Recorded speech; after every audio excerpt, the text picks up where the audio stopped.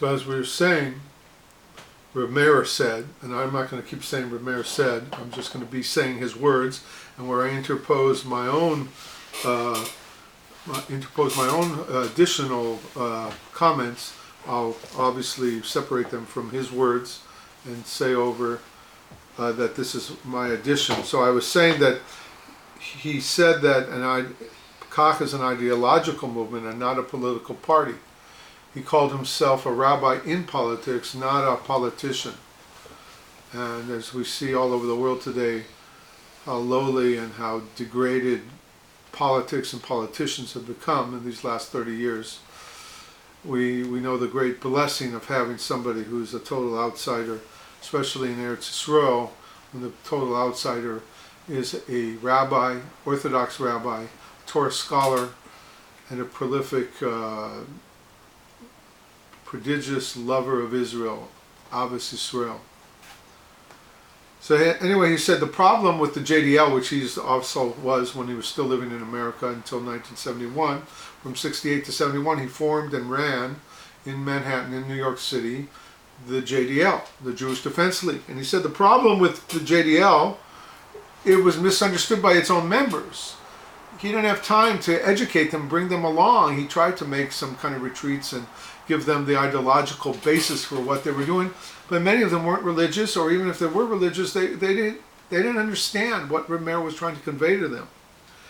It's not just an activist group out there protesting or doing whatever thing they thought was necessary in order to protect Jews who are being attacked by non-Jews, or in the case of Soviet Jewry, which we'll get into a little later, I imagine. Anyway, he says the ideological movement teaches you whom to hit. If you're going to have violence, you're going to have the knowledge of who you're supposed to hit in the violence and whom not to hit. Sometimes violence is very necessary. Other times it's very, very wrong. It's always bad, or it's always evil, but sometimes it's a necessary evil, because the Torah itself says, and he's going to mention it here, Sanhedrin 71, that someone who comes up, Bala Hashkem Vargoto, someone who comes to kill you, get up and kill him first. The right and the commandment and the obligation, God gave us an obligation to defend ourselves. And that goes for the nation of Israel, as well as for each individual Jew in Israel or anywhere else in the world. So he says only when one has an ideological bent, that he understands what he's about and what he's doing, then does one know what to do and what not to do, when to do it and when not to do something, and only then at the right time. So he said, Koach in Israel, most of its voters, of the 200,000 voters that he was projected to have coming in, this was in 1990, he was speaking already, having already been banned, and he was already saying what I had going for me for the 1988 election by all the polls that were taken by my group and all the polls in Israel that were done by the media. I was going to get 200,000 votes, he said. But they thought of it as a movement created solely to throw the Arabs out of Israel. It's not true. Yes, throw them out. That's what we're about. That's what we need to do. But we have so much else behind that leads up to that point of giving over the policy that therefore, ergo, the Arabs must leave. For the reasons cited A, B, C, D, most of which are not just political A, B, C, and D, but they are Torah obligations commanded to us by God. So he said Koach has a great many stands on a great many issues. One issue of all these other issues is the status of Arabs inside Israel. But hardly was it the only issue we had. And certainly even on this issue alone, of what to do with the Arab population, both vis-a-vis the terrorist attacks vis-a-vis the growing numbers that could one day, as he so presciently said, and I've read several places in his writings, he said, don't worry about the errors when they get to be 30, 40, 50%. Worry about them when they're 10%, like they unfortunately became in this last election with 13 seats. And they were 10% of the population, and that's 13 seats is, roughly speaking, 10%, 10 point something percent of the Knesset. And look at the trouble they can cause. If they would be the single largest third party after Likud and the blue and white, right? If they would be the third largest, they would, by law of Israel, the insanity and the schizophrenia of Israel's laws, entitled to security updates, security briefings daily, even if they're not in a cabinet position. Because they're the opposition party in Knesset, they would get these security briefings, which is suicide. It's insane. Insanity. It's an outrage and it's an obscenity. When they are mortal enemies for any thinking person who's just not totally wasted in the leftist perception of the world. So,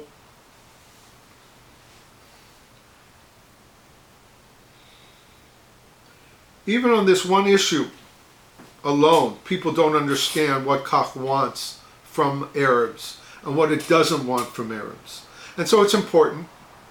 Many years ago, Rabbi Meir said these words. It's important that Koach, first of all, begin to put out leaders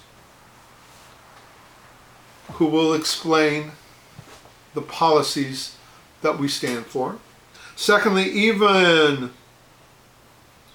the rank and file, who are not the leaders, they're the voters, the ordinary members should read up and know exactly what Koach is, what it stands for, and its positions on the issues al pi Torah.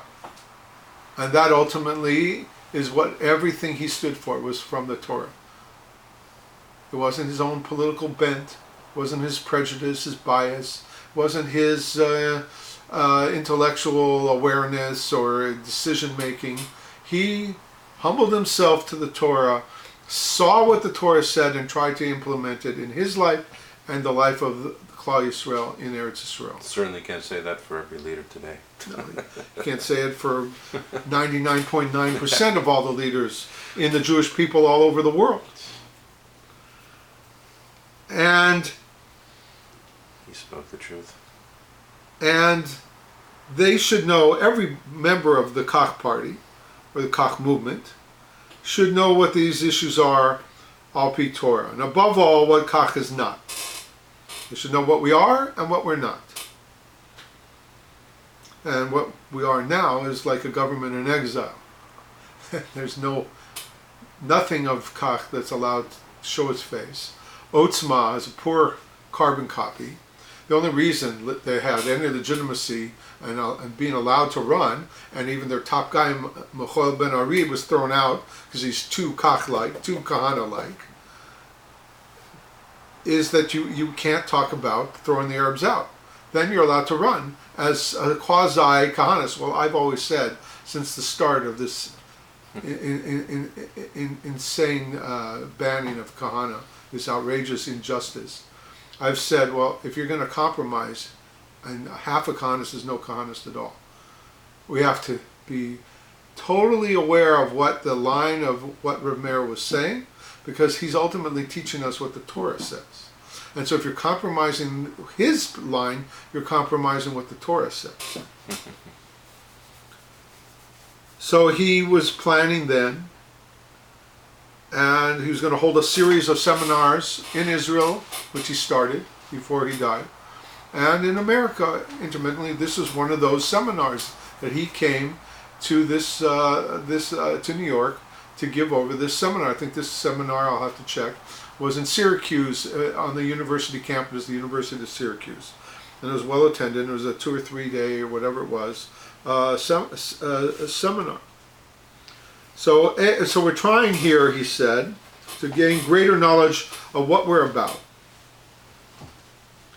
And he says you should take notes and walk out of here with greater, more knowledge and a better understanding of what Koach is, and in essence what Judaism really is. Because Koach is not an island unto itself. It is run according to halacha, Torah law. Everything is drawn from Torah Judaism. The point of all this is not just to educate the unattached Jews, but even more important, to educate the Orthodox Jews who know so much more Torah than the unattached, unaffiliated Jews around the world, in Israel and outside of Israel, who, if they would only understand what their Judaism really says, could be such a force, a positive force for creating a groundswell to sweep these ideas into the vogue of the everyday talk and conversation of Jews all over the world, of what we're about and what we're... He used to say, we have intellectual, historic amnesia. We don't know who we are. That's a good way to put it. We don't know who we are. We have lost the sense of peoplehood. He'll get into that.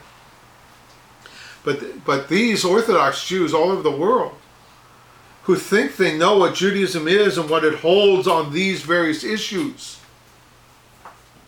but they don't really know.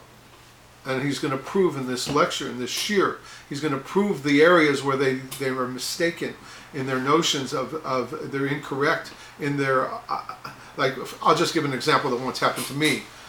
There's a mitzvah, it started with this week's Parsha, Vayera, when Ammon and Moab was born in this week's Parsha from Lot and his daughters.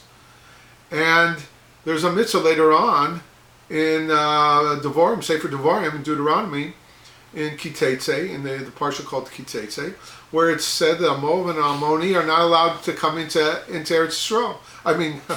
They're not allowed to marry into the Jewish people. If they convert, they're allowed to marry other converts, or someone who's a Jew but became a mamzer through no fault of their own, through whatever. They're allowed to marry these peripheral Jews, but not directly into the Jewish people forever.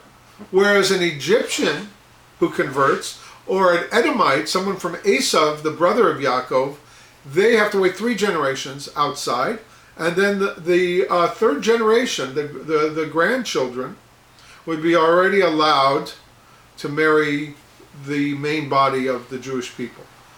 But why is Moab and Ammon excluded? And then there's various reasons given why they're excluded. And among them is that they didn't show chesed and appreciation. Avraham Avinu essentially saved their ancestors' life by his great merit, and Hashem allowed Avraham to be responsible for saving Lot from Sodom before Sodom was destroyed. The angels that were at his house then went to Lot's house and ultimately rescued him and helped him survive this overturning of Sodom. And they showed total ingratitude about it, that they had no feelings for the legitimate sons of Avram Avinu, Yitzhak, onward, Yaakov. And so they were excluded, Moab and Ammon. So this one Talmud Chacham, a great knowledgeable person, said, well, you see, though, right, by the Egyptian and the Edomite, that it's usher to hate them. Because the Edomite is your brother from Yaakov, and the Egyptian gave you domicile. He gave you asylum from the famine in Canaan and let you live in his land for all those years. Even though you became abject slaves and were tortured and killed, still you have to have a Korsa Tov. You can't exclude them like you can Moab and Ammon, but you can't exclude the Egyptian, the Mitzri, or the Edomi. And I said to him, that's not the right shot in the Parsha. We don't love Egypt for what they did to us. We love Esav. We love that one person who comes from their body and joins our body politic, if you will. That person you have to love because ultimately his ancestors were responsible for helping us out. Him you have to show that love. Not to them who to this day hate us and want to destroy us. So those are just an example of what the mistaken notions that even Orthodox, even scholars have about the mitzvahs and the Torah. So he wants to say they should know what it really says and not just what they were taught in their schools, wherever they were shortchanged and not given deep enough appreciation for what they were learning, who were taught by people, rabbis and teachers, who also think that they knew what Judaism was all about, but they don't know it. So then he said he laid out two parts. We're only going to try and make headway in the first part tonight. But he said part one is going to be a lecture on what is the Jewish people, what is the land of Israel, and their connection to each other, the people with the land, and the relationship halachically between Jews and non-Jews over the land and in general, how we're supposed to relate to the whole wide majority of the world that are the Gentiles. And what is the Jew in terms of Judaism at a time when everyone is talking about who is a Jew. Back then that was all the rage. By the way, the second part, he was going to give an overview. He gave an overview of a history of the Koach movement, of how it developed to get finally a seat in the Knesset and in 1984, and what his future plans that he saw. Eventually I'd like to flesh that out also in our lecture series, because it's very important to know the history of Koach, to understand what the movement was all about and understand what we lost when R Meir was silenced and murdered. So he then, at the end of this first part, gave a break, and then they had the second part where he laid out the policies past and future of Koach and what he was going to do to unban himself, hope to unban himself. Something similar to what R Meir Kahane Hy tried to do in 1992 when he tried to pick up the mantle of his fallen father and continue. And he presented in his presentation to be a party to run in the Knesset elections of that year. He stipulated exactly what his father was going to try and do in 1992 had he lived and not been murdered. He was going to present the Tanakh. Binyamin presented the Tanakh and said, "This is our platform. Everything we say in here, or the Rambam, or the Talmud, everything we say is from Judaism." And R Meir says, "You can't." I mean, they didn't ban Kahana. They didn't ban me. R Meir says they banned Judaism. They banned the Torah of Hashem, because ultimately all I was saying is what the Torah demands of us as Jews, especially those who live and reside in Eretz Yisrael. So he says what the Jew is in terms of Judaism. At a time back then, it was all the rage in the Knesset, in and outside of Israel. Who is a Jew? And he said that ultimately that was not the question. It's more important, far more important, to speak about what is a Jew than who is a Jew. And why is a Jew? What are we supposed to accomplish now that we are Jews? What are we supposed to fulfill? So he says, who cares who is a Jew or not one? If no one knows why one should be a Jew, what's the point of knowing who is a Jew? So he said the essence of the Jewish people, now this is where he really started. Up till now it's pretty much introduction. He says the essence of the Jewish people is that it is a chosen people. The Am HaNivchar, the chosen people, and the promised land. To this chosen Avram Avinu, we're going to see all about this connection between the land of Israel and the people of Israel. So we're called the chosen people. What does that mean? By the way, he has a great definition of it. I'm not going to read you out the passages in one of his great books, Listen World, Listen Jew, where he talks about in the opening chapters the chosenness of the Jewish people and what that means and how we're supposed. I don't know how much in this lecture he goes from here, but we'll see a comparison. I'll be able to tell you because I've just reread the first couple of chapters over the last couple of weeks. So he says like this: the Jewish people that were chosen by God is not like all the other nations and peoples in the world.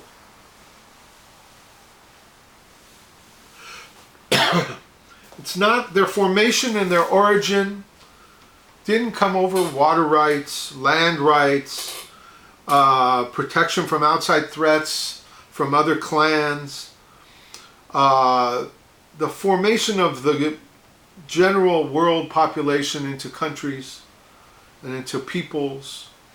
That's how the beginning of all those nations happened. How they came to be. Tribes gave up their independence for protection from their enemies. And they gave it up to a government, a power base, whether it was a king or whatever it was, that promised to deliver them security. Or equal water rights with the next tribes, so that they were strong enough in a position of power to negotiate with those that were vying for all the resources around everybody.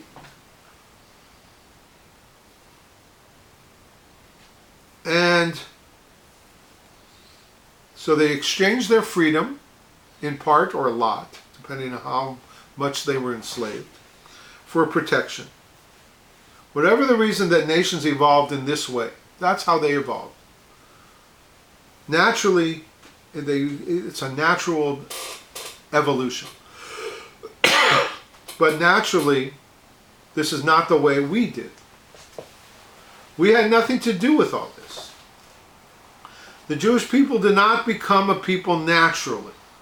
They did not become a nation through an evolutionary process, like everyone else on the face of the earth in history did. It came to pass, it came to be, the Jewish people, because at a specific moment in world history, in Jewish history, God appointed us, chose us, took us, and every one of us became one united people serving Hashem, belonging exclusively to Hashem. When we became a people, and we will see this is at Har Sinai when the Torah was given to us. We had a history beforehand from Avram Avinu leading down to Moshe Rabbeinu at Har Sinai over a span of 500 years from Avram Avinu's birth till the giving of the Torah on Har Sinai. And the other nations of the world obviously became jealous of this fact later and realized the great blessing they had given up by refusing to accept the Torah and accept being Hashem's people. And I might add here the words of the Derech Hashem, Moshe Chaim Latzato, who writes very poignantly that the whole world was entitled and envisioned by Hashem to be the chosen people, or to be Yisrael. That was the idea by Adam Arishon, that he would be the progenitor of the nation Yisrael, which would be the whole planet. Everybody on it. But his sins and the later sins of the later generations made it impossible. Down to the time point, and maybe another time when we have more time, and it's not so late at night, we'll go into what the Derech Hashem, the Pathway of Hashem, a great book, the Way of Hashem, talks about, the Way of God, talks about how the Jewish people were singled out by Hashem.